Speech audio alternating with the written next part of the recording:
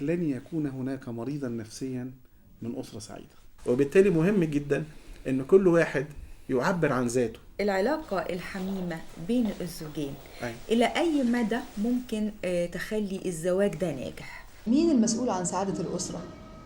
الزوج ولا الزوجة؟ كل ما تكون الشخصية الحقيقية والاجتماعية والنفسية قريبين من بعض يبقى عندي هدوء وطمأنينة. أي زوج وزوجة حصل بينهم أذى بدني للأسف بتترك بصمة سلبية عميقة جدا جدا مش ممكن تروح. لدرجة ان مثلا في ازواج في بداية الجواز، وده شيء وارد جدا يحصل، فشل في ليلة العلاقة. في طلاق صامت، وده من أخطر المشاكل اللي بتواجه الزوجين أو اللي بتواجه الأسرة المصرية. الواحد ملوش دعوة بالتاني ومش هيسأله رايح فين ولا جاي منين، وكل واحد حر يعمل اللي هو عايزه.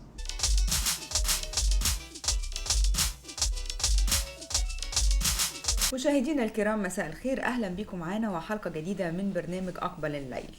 حلقتنا النهاردة من برنامج أقبل الليل بتتكلم عن السعادة الزوجية.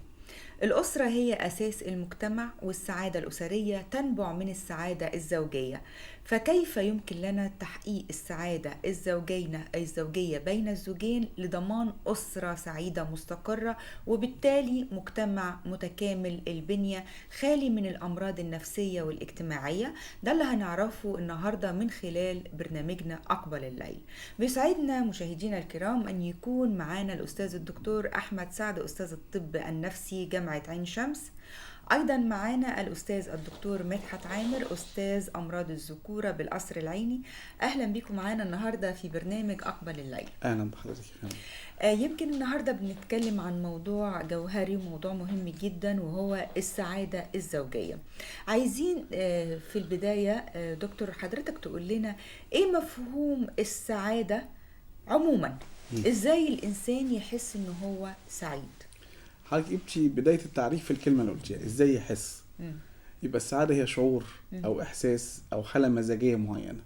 الحالة المزاجية دي بيشعر الانسان فيها بكل ما يطلق عليه لفظ حاجة كويسة، حاجة حلوة. انا منطلق، انا منشرح، انا حاسس ان الدنيا كلها حلوة، انا حاسس الحاجة حواليا كلها ليها معنى، بيطمئن قلبي وينزل عليه كده بهدوء شديد قوي. بس ده مش دايما الانسان بيحس بكده. مو عشان كده لان الاصل في الانسان في مشاعره التغير. فلازم الانسان يقبل ان السعاده تكون فترات، وفترات تانية مش لازم يكون فيها حزن او تعاسه، بس على الاقل ما فيهاش سعاده، يعني هي درجه.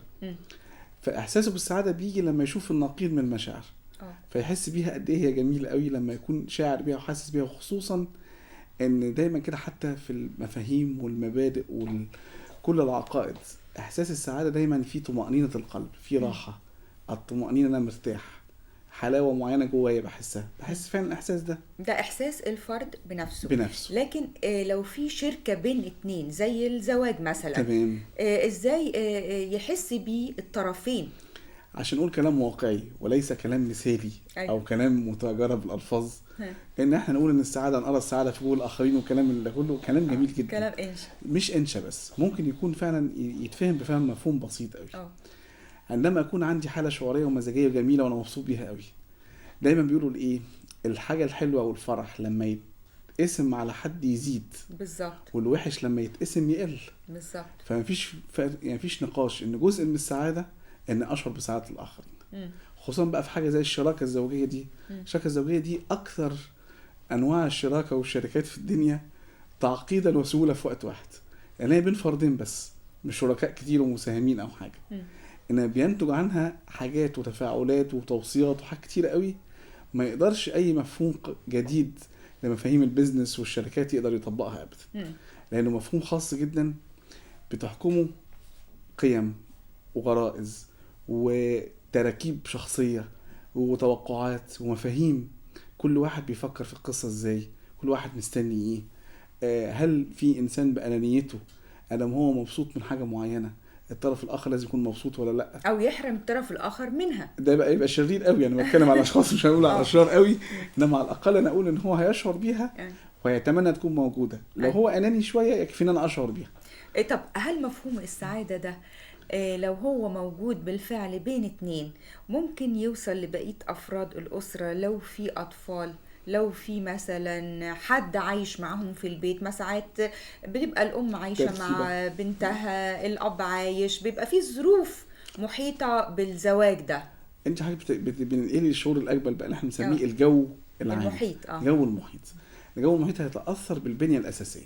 البنيه الاساسيه اللي هي بين الزوج بالظبط. والزوجه. بنتكلم على اي مجتمع البنيه الاساسيه بتاعته المرافق وكذا وكذا وكذا. لا، احنا الاسره البنيه الاساسيه بتاعتها عشان تكوينها رجل وامراه، اسره زوج وزوجه. هينشأ عنهم اطفال او هيكون هم ملتقين لسه بالاسره الكبيره في حاجه او اخرى، يبقى هم مصدر ومنبع لهذا الاشعاع. ايوه. فمفيش نقاش. الكلام المنطقي لو كان هذه السعاده، المبدا الجميل في علم النفس والفكر الانساني الفلسفي البسيط، ان فاقد الشيء لن يعطيه.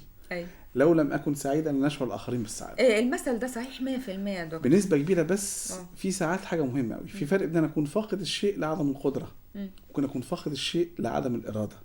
فلسفيه صغيره قوي. ايوه. يعني انا عندي بس ما بديش، واحد تاني ما عندوش. الفرق ان واحد عنده ومش عارف يديها ازاي.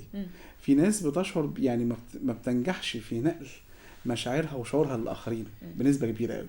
بالظبط. فالقصه دي ممكن يكون هو فعلا الجو معقول وممكن وجميل، يتاثر بيه الاخرين جميل، بس هو مش قادر ينقل او يشع هذا الجو. طب لو قلت فلا يكفي مش هضحك واحده صغيره لا قوي. اتفضل. لا يكفي ان اشعر بشيء، لابد يكون عندي القدره على بث هذا الشيء. الاعلام والتلفزيون عنده حاجات جميله قوي، لو لم ينجح في بثها لن يستطيع الاخرين الشعور بها. فان شعرت بالسعاده وكان الجو يدعو بكده، انما لم انجح في بث هذا الشعور، ففقدت كتير قوي من مصداقيه الاحساس ده. انا الحقيقه عجبني قوي ان حضرتك قلت فاقد الشيء لا يعطي. لو سالت بقى الدكتور مدحت، العلاقه الحميمه بين الزوجين الى اي مدى ممكن تخلي الزواج ده ناجح؟ طبعا العلاقه الحميمه جزء اساسي في علاقه الزوجين. ما بنتخيلش ان ممكن زوجين يكونوا عايشين زي الاخوات. فهي مطلب رئيسي واساسي في العلاقه الزوجيه.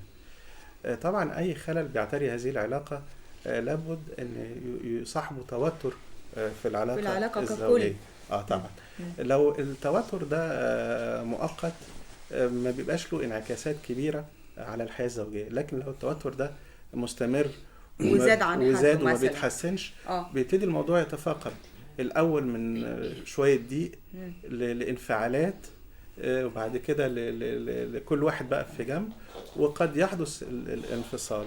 والحقيقه العلاقات الحميمه ممكن تتعرض يا اما لمشاكل عدم توافق، يعني الاثنين مش متواصلين، مش متفاهمين، فمش عارفين احاسيس بعض. حتى لو كان في سابق معرفه وفتره خطوبه طويله جدا يا دكتور، يعني هل في عيادتك صدفك حالات زي كده؟ طبعا احنا يعني نص المترددين عندهم مشاكل جنسيه. والحقيقه المشاكل الجنسيه شائعه جدا اكثر من الناس ما هي متوقعه. يعني لو احنا اتكلمنا مثلا عن مشكله، بس يمكن احنا كمجتمع شرقي بيبقى الحاجات دي حساسه شويه وبنبقى منغلقين على انفسنا. ما هي دي المشكله، هذا التحفظ وهذا الانغلاق اللي حضرتك بتقوليه بيؤجل طرح المشكله، وتاجيل طرح المشكله في حد ذاته بيخلي المشكله تتفاقم اكتر ورواسبها الاجتماعيه والنفسيه بتزيد. لحد بيجي لي بقى ساعات بعد 2-3 والمشكله موجوده، الناس في حاله ثوره عارمه، مش قادرين نتكلم في المشكلة ونحلها، والمشكلة جابت مشاكل تانية، وده بيشير الاتهام للتاني بالطرف انه كذا وكذا ومش مهتم بيه وبيعمل. اصبحنا كم المشاكل اللي ترتبت عليه زي المشكلة كبيرة جدا جدا، لدرجة ان انا بقول للناس عشان نبتدي نعالج هذه المشكلة الحميمة لابد يا جماعة ان احنا نصفي الاول كل التراكمات والخلافات اللي حصلت قبل ما نبتدي العلاقة دي. لو انتوا قدرتوا تقعدوا اسبوع او اسبوعين من غير ما تتخانقوا مع بعض وتتكلموا بعض بلطف وظرف تعالوا لي، للاسف نص الناس ما بيرجعليش، ما بيلحقوش. وبالتالي العلاقة الحقيقية مهمة جدا، وتداركها في الاول وعلاجها مهم جدا. وبعدين هدي لحضرتك نسب حقيقية، يعني 30% من الرجالة في زواجهم بيعانوا من مشكلة قذف سريع. دي مشكلة بتضايق جدا جدا الطرفين. سمك. نلاقي دايما ان في شكوى بين الازواج والزوجات، يعني او بمعنى اصح في زي ما نقول كده يعني صراع ازلي موجود، ومع انه هو المفروض ما يكونش كده، المفروض ان دي تبقى هي اقرب علاقه ربنا خلقها هي علاقه الزوج بالزوجه، لكن هو موجود. يعني ما نقدرش نهرب من الواقع ان هو فعلا في مش عارفه روح كده مش لطيفه مش عجباني بين الازواج والزوجات. فالنهارده هنقول شويه كده نصايح خفيفه كده تقول لنا ازاي نتغلب على الروح دي وازاي حتى اذا كانت موجوده نقضي عليها ازاي، واللي لسه بقى داخلين ان شاء الله علاقه زوجيه سليمه او جديده يعني هنخليها سليمه وفي احسن وضع ازاي. اول حاجه عايزين نعرف، طب ايها الزوج، اكيد كل فتاه قبل الجواز كان ليها فتى احلام. انت ازاي تنجح انك كده تكون فتى احلام زوجتك وتفضل كده طول الوقت؟ يعني هو تبقى دي سهله، لان هو في قبل الجواز يعني عين الرضا عن كل عيب كليلة يعني، لكن المهم ازاي نفضل كده نستمر كده طول الوقت. هو الحقيقه هي وصفه سهله جدا. الزوجه غريزيا تركيبتها النفسيه غير نفسيه الزوج خالص، وغير تركيبه الزوج خالص. الزوجه تركيبتها النفسيه ان هي جواها يعني في عمقها، مهما كانت هي شخصيه قويه ومهما كانت ماسكه حتى مركز او ليها سطوه وفلوس وكده، هي جواها شخصيه بتنتمي لهذا الرجل، ونقول ايه، ان هي تستظل بهذا الرجل، والراجل ده بيحتويها وهي بتنبسط بكده. يعني هي مش ما عندهاش مانع، بالعكس بتحب ان هي تبقى محتواه في هذا الرجل. تاني حاجة ان هو نفسية المرأة نفسية هشة جدا. الرسول عليه الصلاة والسلام قال رفقا بالقوارير، القارورة اللي هي الزجاجة الرفيعة جدا، فهي شيء هش جدا جدا. فبالتالي ممكن جدا اي زوج يفضل طول الوقت فتى احلام زوجته، يفضل طول الوقت متشال على الراس زي ما بيقولوا، بس ان هو دايما يقول لها كلام حلو، ودايما ان هو يشكر فيها ويقول لها يدلعها، يقول لها ربنا يخليكي ليا وميرسي على الاكل وتسلم ايديكي، كلام بسيط جدا جدا. وهو خارج الصبح يقول لها والله انت هتوحشيني جدا، انا عندي النهارده حاجات كتير وتقيله عليا وكده، هو تدعي لي ربنا يوفقني، ربنا يفتحها في وشي، دعوتك بتسوى عندي كتير. فالحاجات دي بتفرق جدا جدا، يعني بتذيب الجليد زي ما بيقولوا. فانا كده اضمن لو بس الحاجات الصغيره قوي دي، اضمن لاي زوج ان هو هيفضل طول عمره فتى احلام زوجته، وطول عمرها لما تشوفه كده مقبل عليها يعني قلبها هيرفرف كده، زي ما بالظبط تكون واحده بتحب واحد ومستنياه في ميعاد الموعد الغرامي بتاعه. الحمد لله. الحميمه دي مصدر سعاده بالنسبه للزوج والزوجه، بدل ما هي مصدر ما تكون مثلا مصدر تعاسه. تمام. لاني اكيد برضو بيجي لحضرتك حالات كتير زي كده. تمام. هو حضرتك برضو استكمال نفس الكلام، السعاده الزوجيه او الجنسيه بدايتها مش الفراش، بدايتها التعامل اليومي والتعامل والكلام الحلو والمحافظة على مشاعر الطرف الآخر، وإن سعادة الآخر تبقى جزء من سعادته، والاستثمار اللي بيحصل. طب ده بيبقى على مين أكتر يا دكتور؟ يعني على الطرفين ولا على الزوجة؟ أنا مش متخيل إن في واحد بيدي واللي قدامه مش هيرد اللي بيديهوله اذا كان شرير قوي بقى. لا وهنا بقى دخلنا في انا مش هقول انا ببتسم لحضرتك مش هتبتسمي لي، مش هقدم لك ورده، مش يعني انا بشوف المسائل كل واحد لازم يدي احسن ما عنده. لو لا ناس هو ممكن بيحصل يا دكتور، برضو بيحصل ان دي انانيه بقى، دخلنا في متضايق من ضغوط الحياه، من الضغوط الاقتصاديه. تمام. فالزوجه بتحاول تقدم حاجات او بتحاول تعمل له كل ما يسعده ويسعد اولاده، هو مش بيكون متقبل، لاني مش بيكون مستقبل ده منها. ودي يمكن من اهم الاسباب للمشاكل الزوجيه. ايوه، فهي خلاص زي ما حضرتك بتقول بتقف عند حد معين، لا انا خلاص مش هقدر ادي. انا شفت امثله كتيره جدا فعلا كتير. بننصح الناس انهم لما يخشوا البيت يرمي مشاكله بره، لان هو طبعا في الشارع معرض لضغوط، عربيته ما اعرفش ايه، قابل مين في الشغل، مين ضايقه. المفروض البيت ده مصدر السعاده. فما يخشش بهموم بقى بره، يسيبها يركنها على باب بيقلع الجزمه ويقلع الهموم ويخش بقى لمصدر السعاده. ويخش وينسى كل الكلام ده ويبتدي صفحه جديده. اذا كان المصدر بقى من جوه، ما هو هنا بتبقى الحياه صعبه جدا جدا، لان عشان الناس تقدر تعيش وتستمر اذا كانت المصادر من جوه ومن بره لازم اعاده توزيع المصادر جدا. فاحنا بننصح الناس ان البدايه من الاول خالص في التعامل اليومي. ولو العلاقه الحميمه دي مثلا مصحوبه قبل كده بانهم يعني كان في قعده لطيفه بيتكلموا مع بعض، قريبين من بعض، بيتكلموا عن خصوصياتهم وعن متاعبهم، يعني المفروض يبقى في نوع من الانتمسي. يعني الانتمسي ترجمتها بالعربي هنترجمها نقول الانتماء او كل واحد للاخر. يعني الواحد بيطلع التاني، الشخص يحس ان الشخص التاني جزء منه، ان هم كيان واحد. طبيعي جدا ان العلاقة الحميمة بتيجي كنوع من التواصل للقصة دي.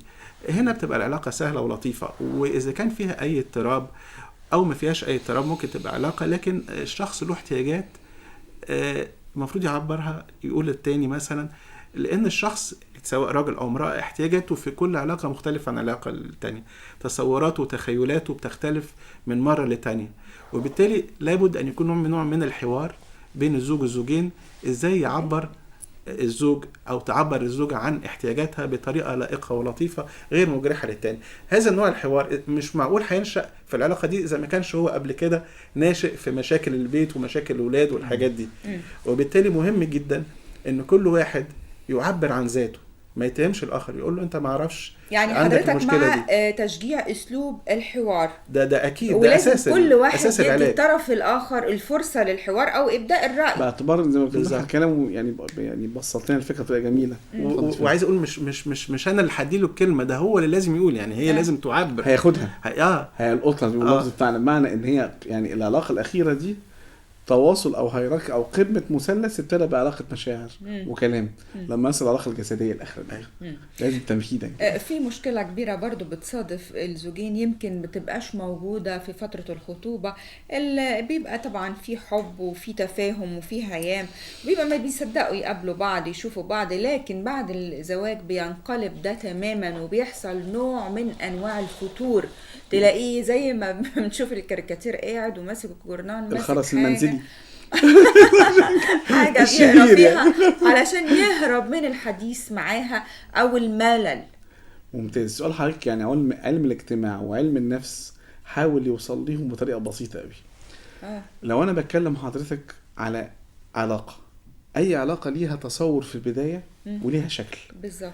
احنا مشكلتنا كلنا، حتى اللي بيتكلم يمكن كويس بنفسه، إن لما يجي يطبق بيبقى حاجة تانية. مش كده بس لا، مشكلتنا ان احنا عايزين ناخد نفس الشعور بنفس الشكل. أي. يعني الشعور اللي احنا خدناه زي ما حضرتك قلتيه في التلاقي واللهفه والكلام ده في الخطوبه، عايز احسه بنفس الطريقه بعد الجواز. لا، علم النفس وعلم الاجتماع قال كلمه اجمل كتير قوي. لكل مرحله من هذه الشراكه او هذه الحياه الزوجيه ليه صوره من صور الحب والتعبير عنها. فكان في واحد ظريف قوي من العلماء رسمها رسمه بسيطه جدا كده، قال لك هي ما قبل الزواج في المرحله الاولانيه في المشاعر الواضحه والصريحه وتعبيرات الحب والكلام والالفاظ الجميله قوي. قصه بنسمعها في كل المنتديات الدراميه وفي كل العيادات، اخر مره جوزي قال لي بحبك يمكن من 20 سنه ميبي. دي مشكله كلمه كبيره، معتاده كويس. واخر مره جاب لي ورده مش عارفه واحده في الخطوبه، وهو هيقول لك في حاجه ثانيه، اخر مره حسيتها مهتمه بيا او بتبص لي بصه فيها كده اعزاز واعجاب، يمكن ما اعرفش انا نسيتها. فاهم قصد حاجه؟ يبقى ايه اللي حصل في كده حضرتك؟ ان كل واحد فيهم كان مستني ان تعبيره عن الحب ياخد نفس الصوره الصريحه الواضحه. الراجل بتاع علم الاجتماع ده وعلم النفس كان ظريف قوي، قال لك طب ما ناخدها بصوره تانية، ليه ما ناخدش الايحاء بعد مرحله زي ما حضرتك قلت بدل الفطور ده. انا كنت في مرحله الخطوبه بتكلم وبحب وبقول شعر وبتاع وعايش قصه جميله جدا بالوضوح والبسيط جدا. لما بقينا متجوزين مش الفطور، خدت احساس الانسان بالمسؤوليه والمتابعه والرعايه، ما هو ده حب بس ما كانش بالصوره التانية. اللي قدامي مش قادر يتقبل الفكره دي، فابتدى تباعد شويه، بتترجم لافعال. بالظبط، مش افعال افعال ذات طبع ليه علاقه بالزواج نفسه، مش مجرد افعال عاديه. كويس. يجي القصه بعد فتره بقى فيه ربنا قدر والامور مشيت بالاسره العاديه السلسه المثاليه الصغيره، في اطفال. مسؤوليه كل واحد فيهم والاطفال من خلالهم بقت جميله. لما كبروا شويه حتى الراجل مش غير كان تعبيره لذيذ جدا، قال لك احساسهم بمسؤوليه ناحيه اولادهم هما الاثنين وازاي بيكملوا النشأة وبيكونوا حاجه جديده، ده في نفس الوقت حب بالظبط. قال لك هتوصل لمرحله طب الاولاد دول خلاص اتجوزوا وسابوا البيت، الجماعه الكبار دول بيفكروا ازاي هيقعدوا مع بعض ازاي بقى لو مفيش تفاهم وحب. قال لك ذكرياتهم على الحته دي كلها هو الحب نفسه.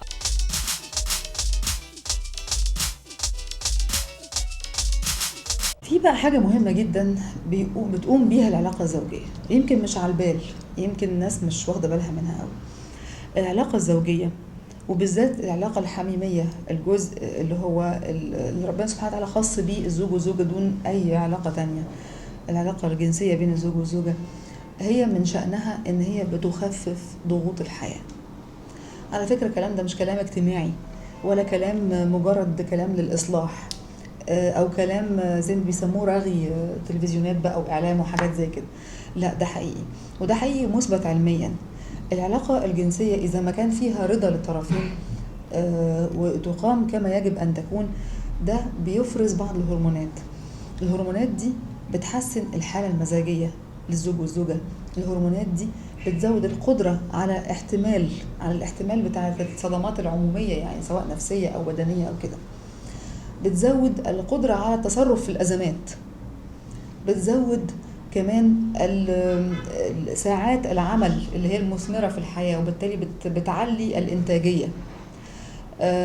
بمعنى إن هو بتخلي الواحد يشعر، يعني بيكون أقل شعورا بالإرهاق.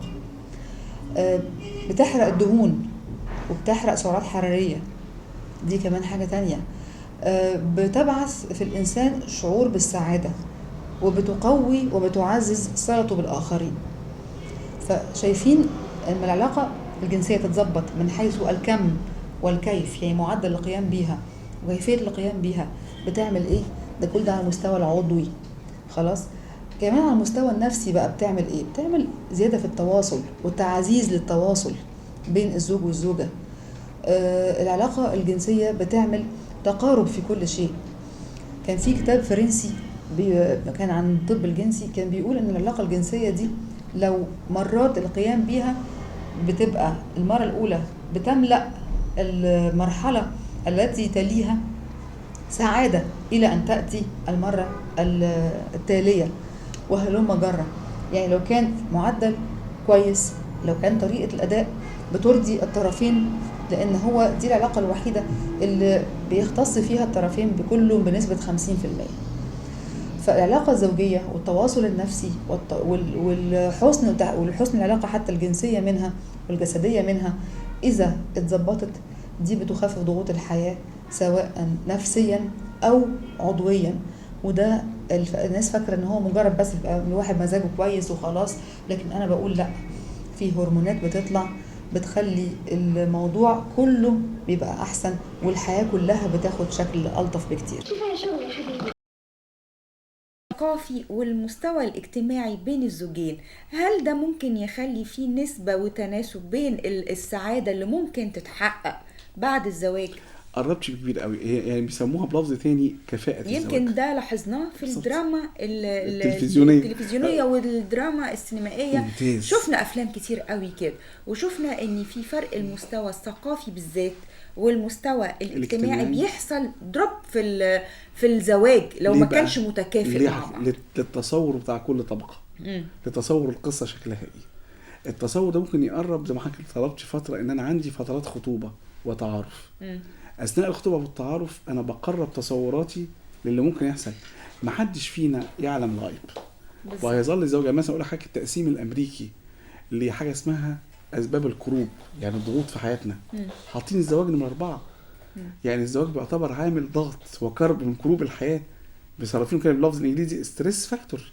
واحدة من القياسات لضغوط الحياة عندنا ان واحد يتجوز، وبرضه العكس تماما يا دكتور، لو ما اتجوزتش البنت او الشاب بيحصل دروب نفسي. يبقى نفس القصه. يبقى انا عايز اقول حاجه، اربط كلام حاجه عشان ما نخرجش براه في حته التكافؤ الاجتماعي او الثقافي. التكافؤ الاجتماعي لا يعني بس الناحيه الماديه. التكافؤ الاجتماعي يعني فلسفه الطبقه الاجتماعيه بتاعتي. فلسفه الطبقه الاجتماعيه بتنشا من الطبقه نفسها مع علم، والعلم مرادف للثقافة شوية مع انه مش 100%، يعني ليس كل من هو عالم مثقف. فالقصة فيها ثقافة ووعي مهم قوي.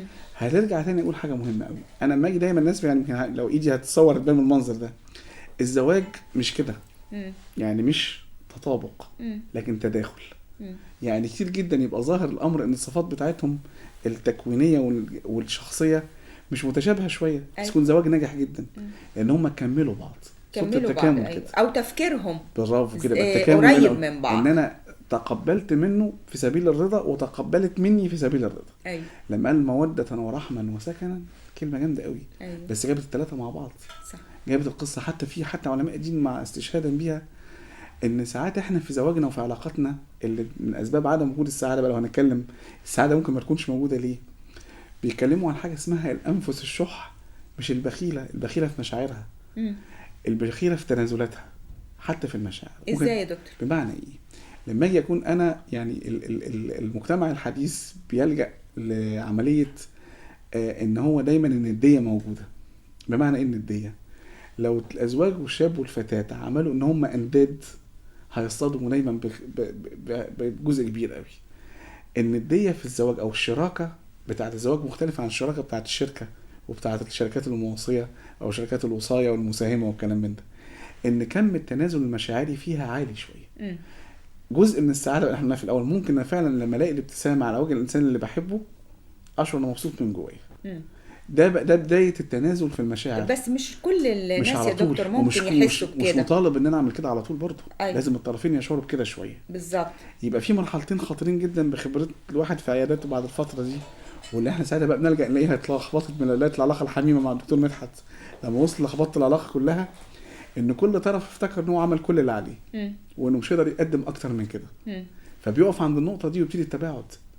انا حسيت ان انا قدمت لانه خلاص ما يقدرش يدي تاني. بس الكلمه اللي هي الانفس الشح بقى البخل. خلاص انا عملت كل حاجه. ويعيش وده دور بيبقى الشهيد. مش مظبوط يا دكتور. عاش دور ان انا خلاص فيكتم او شهيد او مصاب مقابل الطرف الثاني حاسس نفس الشعور. يعني احنا عندنا في سلايد كده بيجيبوا ساعات كده بنعمله على هيئه كاريكاتير، وانا قاعد مع الزوجه او زوجه مع زوجه بيفكروا فجاه حتى اثناء العلاقه. لو هي بالعلاقه مضطربه العلاقه الحميمه دي مضطربه، كل واحد بيفكر في ايه. كان في كاريكاتير تخيلي علمي كده، هو بيفكر هي بتقول عليه ايه، طب يفتكر كده، طب انا ما عنديش كفاءه، طب ما هي سبب، طب ما هي ليه حصل كده. يبتدي الحوار كل واحد لوحده.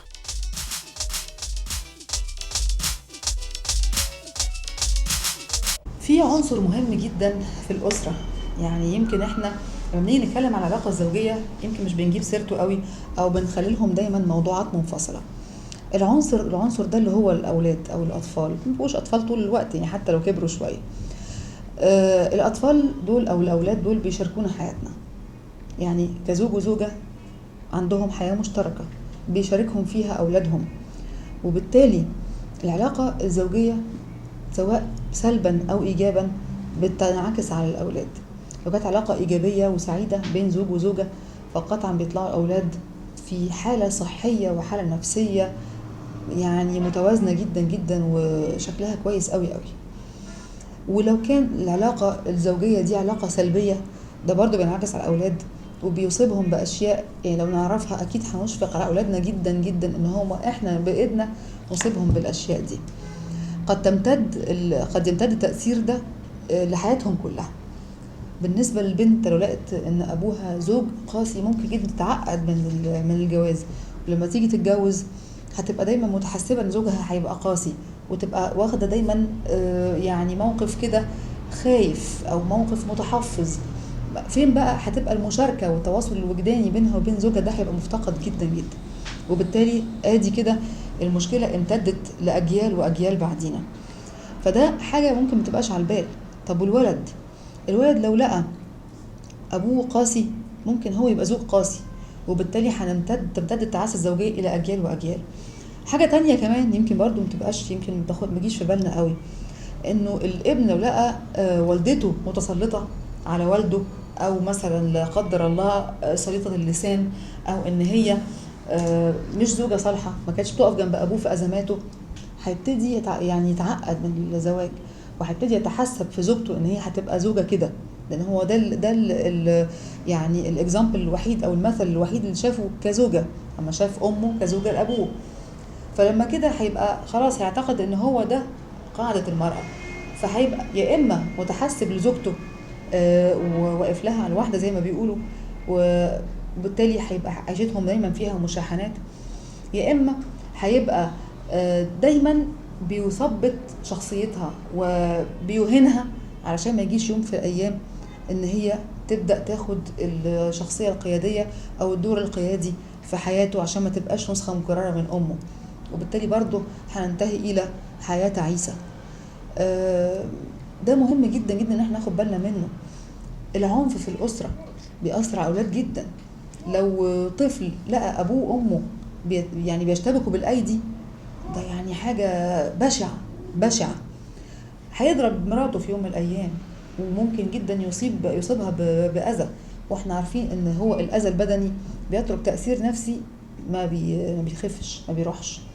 يعني اي زوج وزوجه حصل بينهم اذى بدني للاسف بتترك بصمه سلبيه عميقه جدا جدا مش ممكن تروح.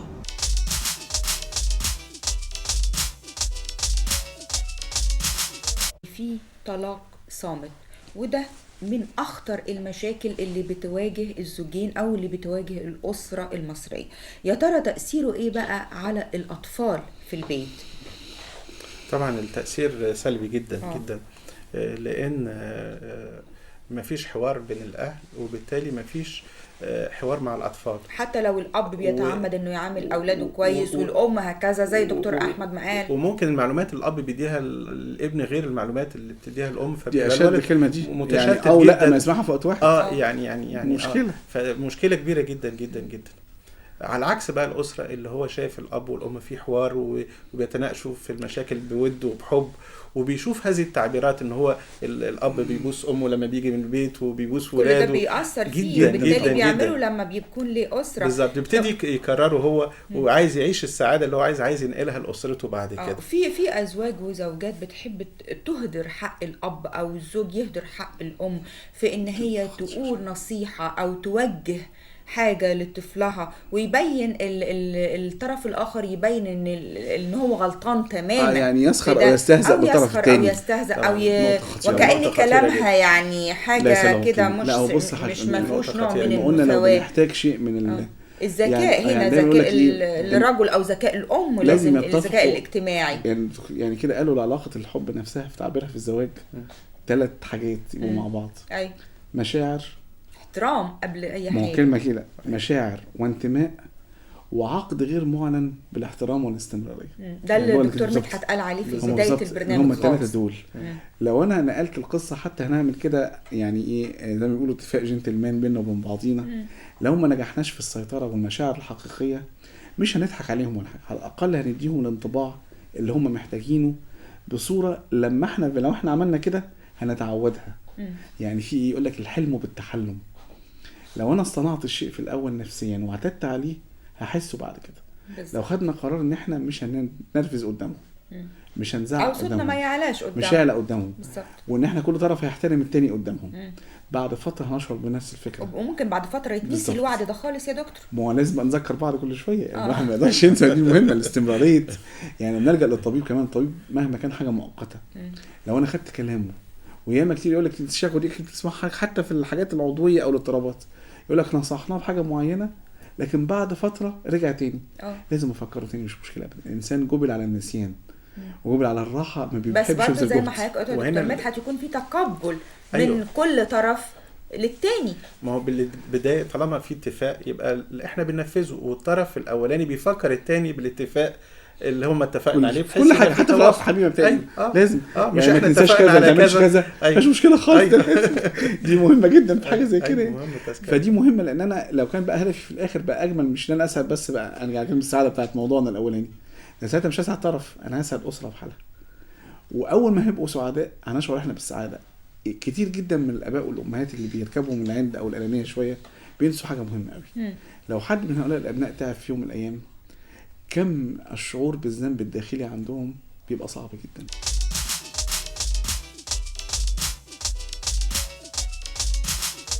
في دايما بقى سؤال بيطرح نفسه، الحقيقه الازواج بيتحسبوا له ويتحفزوا له، والزوجات كمان بيتحفزوا له.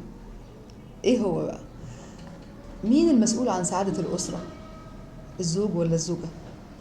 مين المسؤول عن انبعاث البهجه في الاسره؟ الزوج ولا الزوجه؟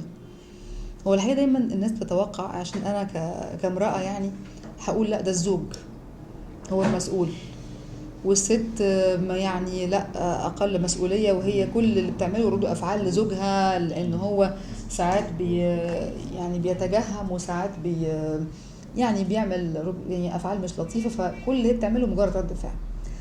الحقيقه لا، انا معلش اذا كنت بخيب امل السيدات في الرد، لكن انا بقول ان هما الاثنين مسؤولين بنسب شبه متساويه.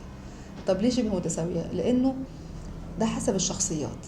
احيانا بتبقى شخصيه الزوجه بتبقى اقدر على حل المشكله، وبالتالي بتبقى هي اللي مطلوب منها يعني بعث البهجه او السعاده في الاسره اكتر من الزوج، وهنا هيبقى النسبه بتاعتها هتزيد شويه. واحيانا بتبقى شخصيه الزوج هو الاقدر على التصرف في الازمات، وبالتالي دايما بيخليها الازمه في مهدها، وبيبقى اقدر على حل المشكله في الوقت ده قبل ما الامور تستفحل وتزيد. وعشان كده دايما بنقول ان هي مسؤوليه متوزعه ما بين هنا وهنا، واذا كانت في بعض الاحيان بتبقى هنا اكتر، ففي احيان اخرى بتبقى هنا اكتر. وعشان كده محدش يعتمد او يرمي الحمل على الاخر، لان كده مش صح. بالعكس، انا بقول ان زي ما اتفقنا مفيش قيود، مفيش حواجز بين الزوج والزوجه، احنا عايزين نتجاوز الحدود دي ونقول لا، ده انا اللي بالنسبه لي لو حليت المشكله هيبقى احسن لي، انا اذا بعثت شيء من البهجه في الحياه هيبقى افضل لي. بس هنا لازم اشير للشيء، لازم يا جماعه ناخد في الاعتبار انه لازم نقدر ظروف بعضنا البعض كزوج وزوجه. يعني ايه؟ يعني في احيانا القياس بتاع الاشياء بيبقى مختلف ما بين ميزان المرأة وميزان الرجل، وبالتالي اذا كان ميزان الرجل ممكن ينظر لشيء على انه ممكن وممكن يتعمل في لحظة وده شيء هيبعث سعادة في الأسرة، ممكن المرأة تنظر له على انه شيء لا ده تقيل جدا ومحتاج تحضيرات ومحتاج توضيبات، وده هيبعث قلق وهيبعث ارهاق اكتر ما هيبعث سعادة. ما مش مفروض ان كل واحد يشبث برأيه ويحس ان وجهة نظره بس هي اللي صح، لان ده مش حقيقي. قد يكون هما الاثنين صح، وبالتالي ممكن قوي يلتقي في منتصف الطريق، والحقيقة هي دي بتبقى تقريبا معظم الحياة بتبقى كده.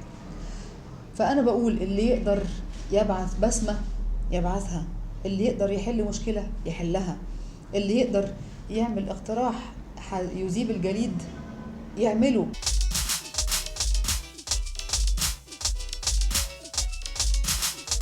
دكتور أحمد، عايزين برضو نصايح من حضرتك لكل زوجين مقبلين على الزواج، وأيضا لكل زوجين بيشوفوا حلقتنا النهاردة والحياة الزوجية مستمرة تمام. وفيها مثلا بعض المشاكل اللي هم سمعوها معانا في سهرتنا الليلة. نبتدي باللي هيبتدوا. لازم زي ما الدكتور هجيب نفس اللفظ.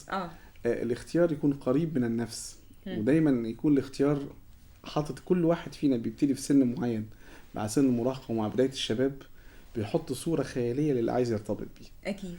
زي ما قلناها تاني، مش لازم هلاقي كل ما تخيلته في هذا الشخص. لو لقيت فيه الأغلبية النقط اللي أنا بجد هوا في نفسي فيها، يبقى همشي في الموضوع، وده الارتياح، لأن هضمن فيه كتير قوي. يعني أقول حتى صغيرة قوي، الناس بيختلفوا في تقبلهم للعطاء والأخذ. في واحدة لما تتجوز واحد بيحبها هتسعده جدا، لأن هي بطبعها تحب إنها تكون محبوبة. في واحد تاني مش ممكن هيدي غير ما يكون هو بيحب. كل إنسان أضرب نفسه في الحتة دي. فالحتة الصغيرة دي مهمة جدا. أشوف أنا من أني نوع. لو أنا من النوع اللي أنا مجرد إن بحب إنسان هديله كل حاجة، يبقى ارتباطي بأي شخص فيهوش مشكلة. دكتور، احنا بنشكر حضرتك على هذا اللقاء. دكتور مدحت، بنشكر حضرتك على هذا اللقاء. مشاهدينا الكرام، بنوجه الشكر مرة تانية للأستاذ الدكتور أحمد سعد، أستاذ الطب النفسي جامعة عين شمس، وأيضا بنشكر الأستاذ الدكتور مدحت عامر، أستاذ أمراض الذكورة بالقصر العيني.